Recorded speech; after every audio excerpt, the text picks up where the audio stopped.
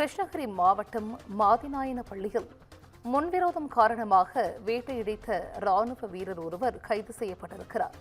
இது குறித்தான அண்மை செய்தியை பார்த்து வருகிறோம். தனக்கு சொந்தமான நிலம் என கூறி ராணுவ வீரர் விக்ரம் யாரும் இல்லாத நேரத்தில் பொக்லைன் கொண்டு வீட்டை இடைத்திருப்பதாகவும் புகார் தெரிவிக்கப்பட்டிருக்கிறது.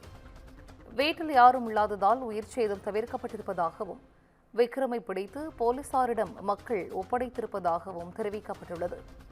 கூடுதல் விவரங்களை செய்தியாளர் பாஸ்கர் வழங்கிட கேட்கலாம். பாஸ்கர், வணக்கம். இது குறித்த முழு விவரங்கள். வணக்கம் சிந்துஜா.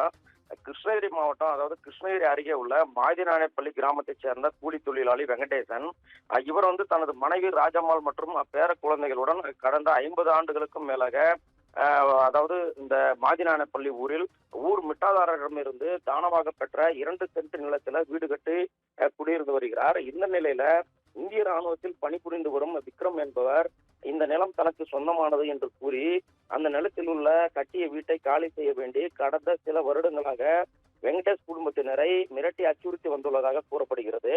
இதனை அடுத்து தற்பொழுது விடுமுறையில் வந்த விக்ரம், அதாவது ராணுவத்தில் பணிபுரிந்த விக்ரம், மாதிநாயனப்பள்ளியில் உள்ள வீட்டை காலி செய்யுமாறு மிரட்டி இன்று விடியற் காலையில் வீட்டில் உள்ளவர்கள் விவசாய வேலைக்காக தோட்டத்திற்கு சென்ற பொழுது பொக்லைன் இயந்திரம் மூலம் வெங்கடேசன் குடியிருந்த வீட்டை இடித்து தள்ளி தரைமட்டமாக்கினார். தரைமட்டமாக்கியதில் வீட்டில் இருந்த தானியங்கள், உணவுப் பொருட்கள், கட்டில், பீரோ, பணம் உள்ளிட்ட அனைத்து பொருட்களும் சேதமடைந்தது.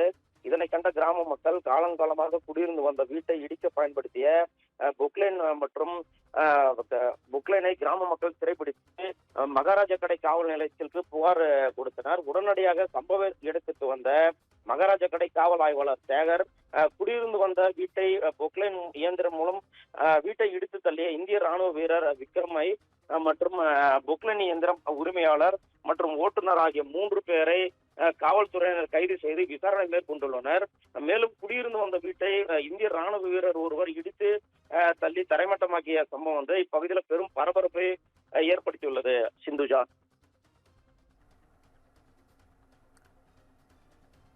நன்றி. விவரங்களை வழங்கியமைக்கு நன்றி பாஸ்கர்.